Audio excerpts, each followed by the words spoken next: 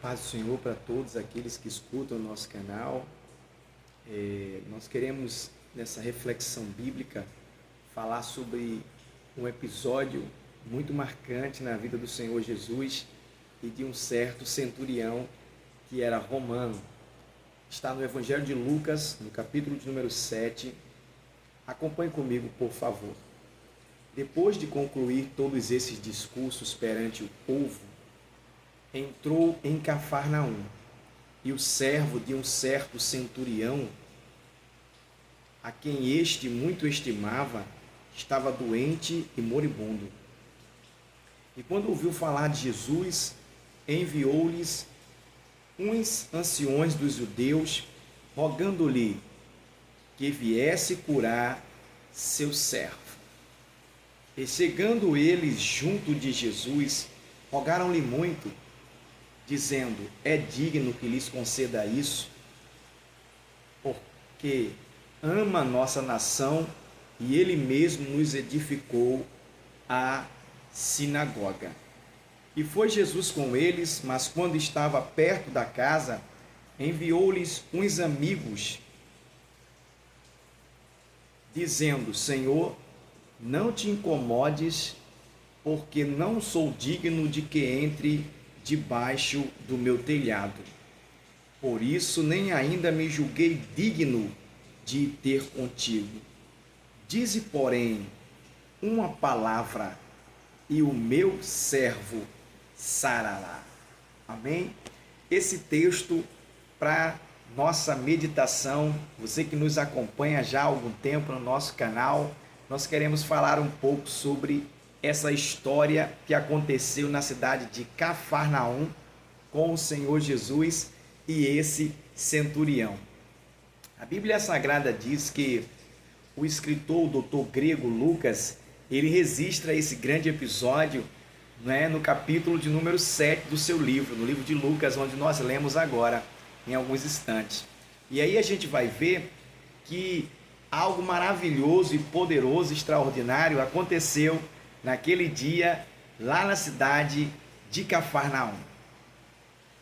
Antes da gente falar sobre isso, é importante a gente entender que quando Jesus ele fez 30 anos de idade, depois que ele foi batizado por João Batista, lá no Rio Jordão, como nós conhecemos a história, Jesus ele saiu de Nazaré e dirigiu-se às partes da cidade de Cafarnaum.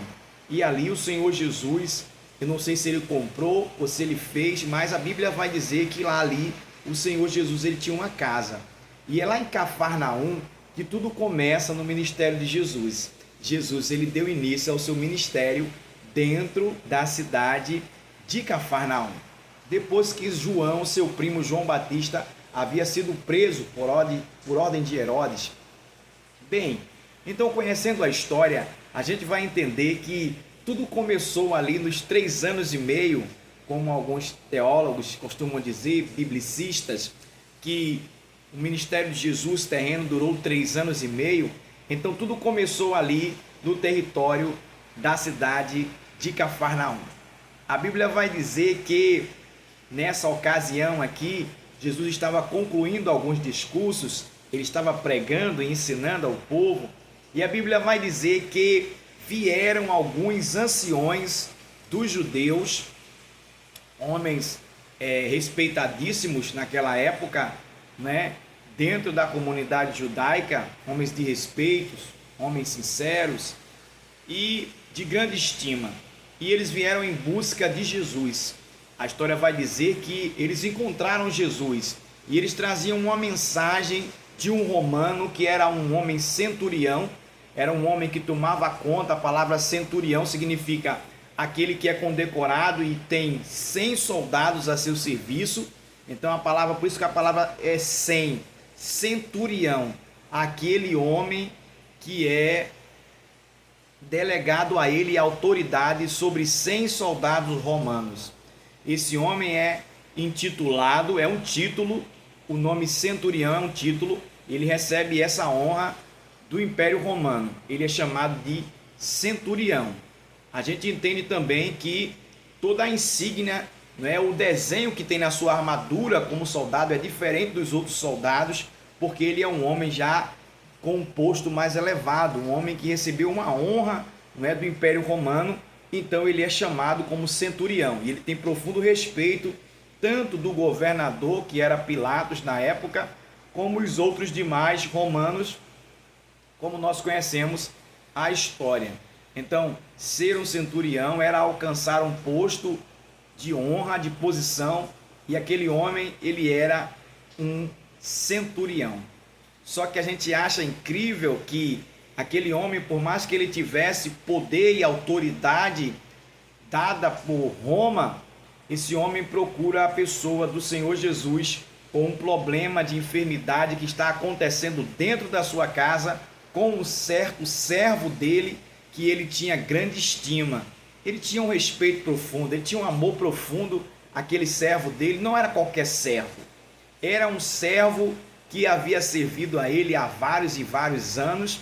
E com certeza a gente entende através dessa história do capítulo 7 que esse homem, ele não era somente um servo, mas sim agora ele já poderia ser chamado de um amigo do centurião, por o centurião conhecê-lo por vários tempos e ele alcançaram estima deste homem romano por ele.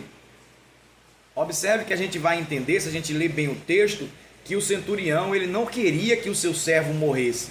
Não, de forma nenhuma. Então ele procurou Jesus para curar o seu servo, porque alguém disse a ele que Jesus poderia resolver e solucionar aquele problema que estava na sua casa. E ele não, de forma nenhuma, ele deixaria seu amigo morrer, sucumbir.